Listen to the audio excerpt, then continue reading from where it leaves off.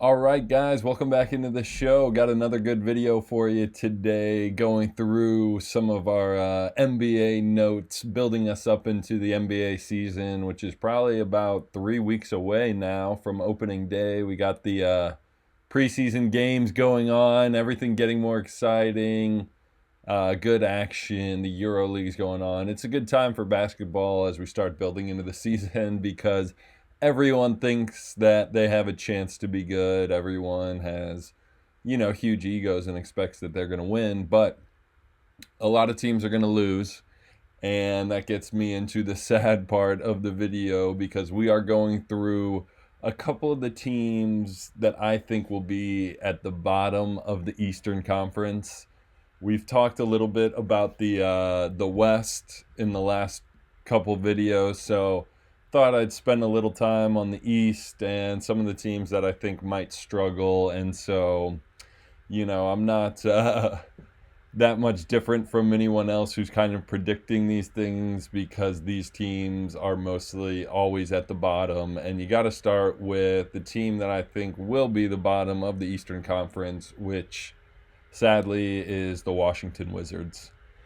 The Wizards always seem to be towards the bottom and have not had a good stretch of years. And I mean, just looking at their starting lineup, I think they're going to go with Bub Carrington at the 1, CJ McCollum at the 2, Koulibaly at the 3. Now he's injured, so Kispert might, opening day be their starting 3.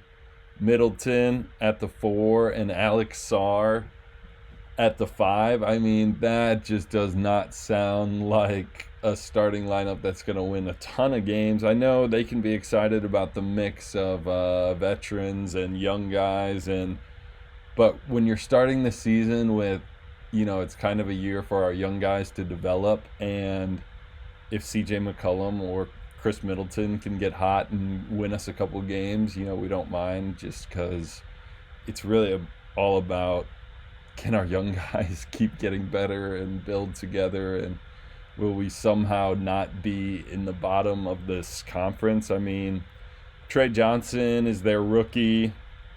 Maybe he'll hit a bunch of shots, but still, I just don't see the talent of the Wizards being good enough to compete. Bagley or Holmes is their backup 5.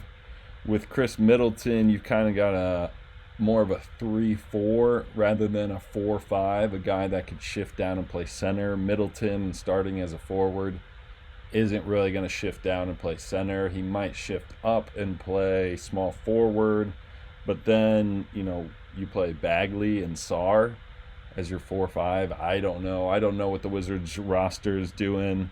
I just kind of see them towards the bottom of the East for sure.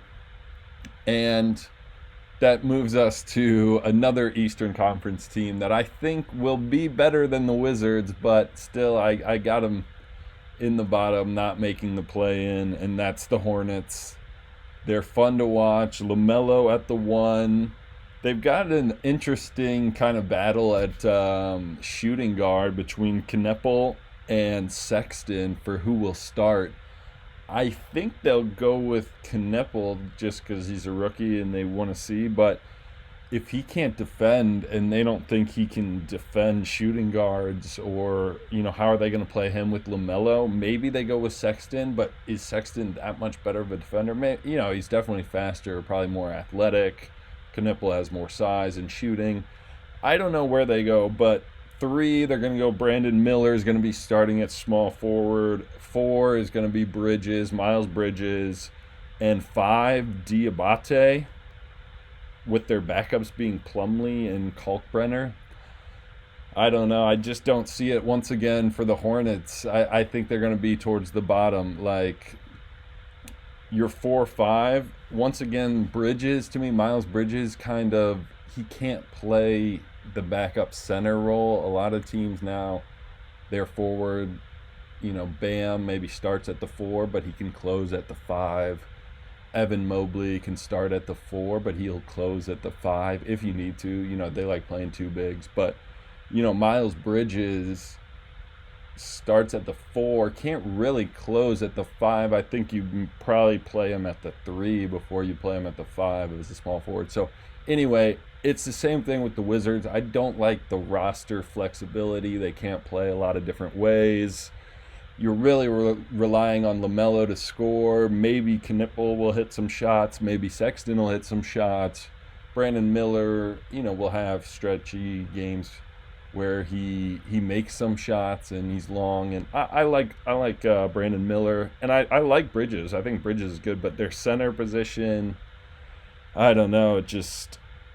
I don't really see it for the Hornets. They've got Josh Green and Dinwiddie also coming off the bench.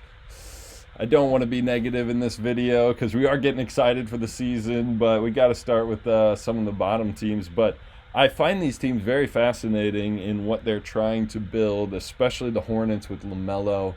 I think ultimately that's going to be a trade, or I don't know. I can't really see it working, but let me know what you guys think in the comments. Wizards and Hornets, bottom of the Eastern Conference. I'm kind of thinking that with the Wizards at the bottom and the Hornets next above them, but let me know what you guys are thinking. Thanks.